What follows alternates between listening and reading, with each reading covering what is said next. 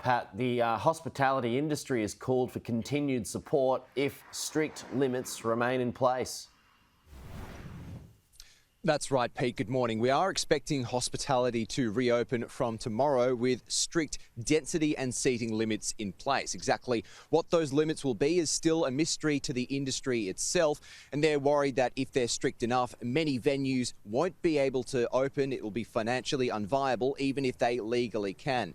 To that end, they're calling for continued and targeted support until such a time that restrictions are lifted to make it viable for every business to open. They've also expressed frustration, Pete, at the short notice they've received. By the time Premier Daniel Andrews hosts his media conference later on this morning, telling them what restrictions will be eased, they'll have less than 24 hours to prepare for customers. And exactly how many customers, well, they don't know yet. As I mentioned, the Premier is expected to announce an end to lockdown today. It is scheduled to end at 11:59 p.m. tonight. The stay-at-home direction will be lifted, as will the 5-kilometre rule. We are expecting hospitality to reopen with limits in place, as well as hairdressers and beauticians. Students will return to primary and secondary schools for face-to-face learning, while gyms are still on the cards as to whether they'll reopen or not. We know, though, masks are likely to remain mandatory both in and outdoors.